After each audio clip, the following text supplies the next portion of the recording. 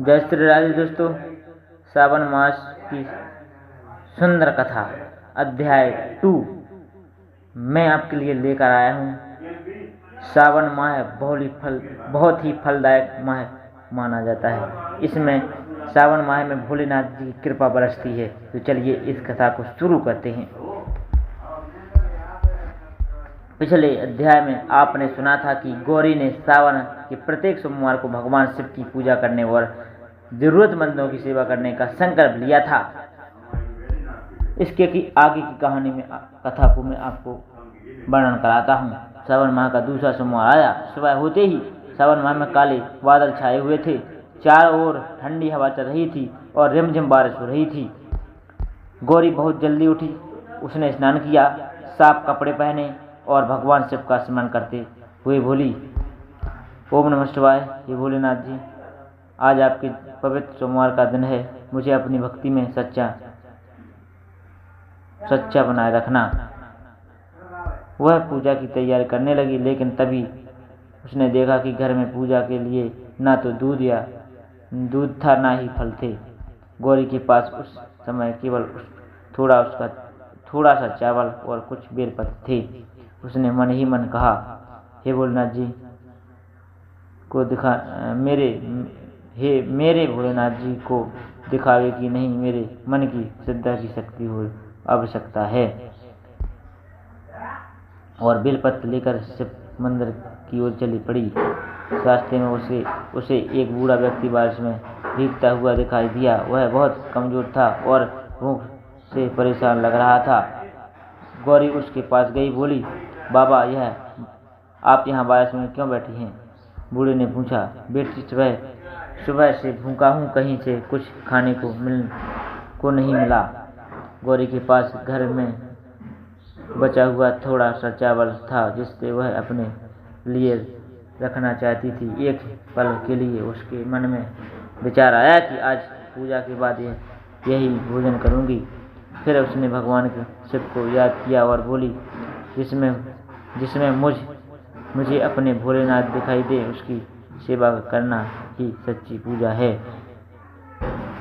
गौरी ने अपना भोजन उस बूढ़े व्यक्ति को दे दिया।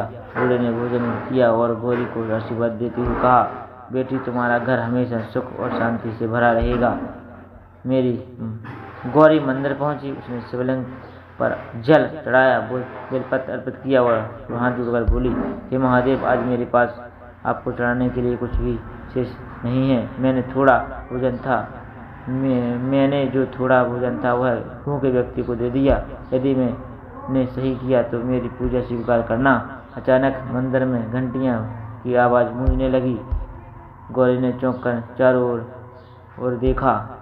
उसी मंदिर से ऐसा लगा जैसे मंदिर में एक दिव्य प्रकाश फैल गया हो। गौरी ने आंखें बंद कर ली।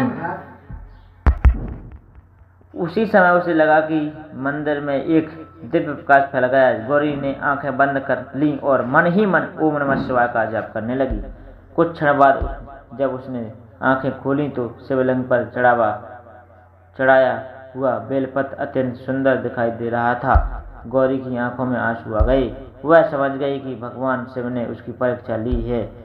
तभी उसके मन में एक दिव्य संदेश आया।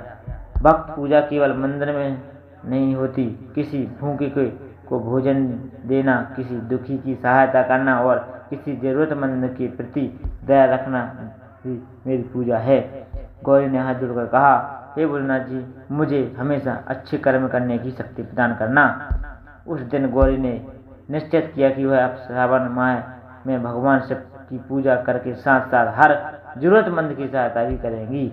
लेकिन उसे क्या पता था कि सावन के तीसरे सोमवार को उसके घर पर एक ऐसी विपत्ति आनी थी जिसमें उसके विश्वास की सबसे बड़ी परीक्षा होने वाली थी। प्रिय दोस्तों, अध्याय 2 की इस कथा से हमें यह सीखने को मिलती है सच्ची भक्ति वही है जिसमें भगवान की पूजा के साथ जीवों के प्रति दया और सेवा भी हो। हर हर महादेव, ओम नमः शिवाय। दोस्तों, मैंने इस कहानी के माध्यम से आपको बहुत ही शिक्षाप्रद कथा सुनाई। इस वीडियो के माध्यम से बहुत ही शिक्षाप्रद कथा सुनाई। यह कथा कैसी लगी कमेंट बॉक्स में रखकर जरूर बताइएगा। जो भी हमारे चैनल पर नए आए चैनल को सब्सक्राइब जरूर कर लीजिएगा। हम अपने चैनल पर ऐसे ही वीडियो लाते रहते हैं। अब इस वीडियो को यहीं समाप्त करेंगे। अगले वीडियो में फिर आपके साथ उपस्थित होंगे। तब तक राधे राधे, जय श्री राम, हर हर महादेव, हर हर महादेव।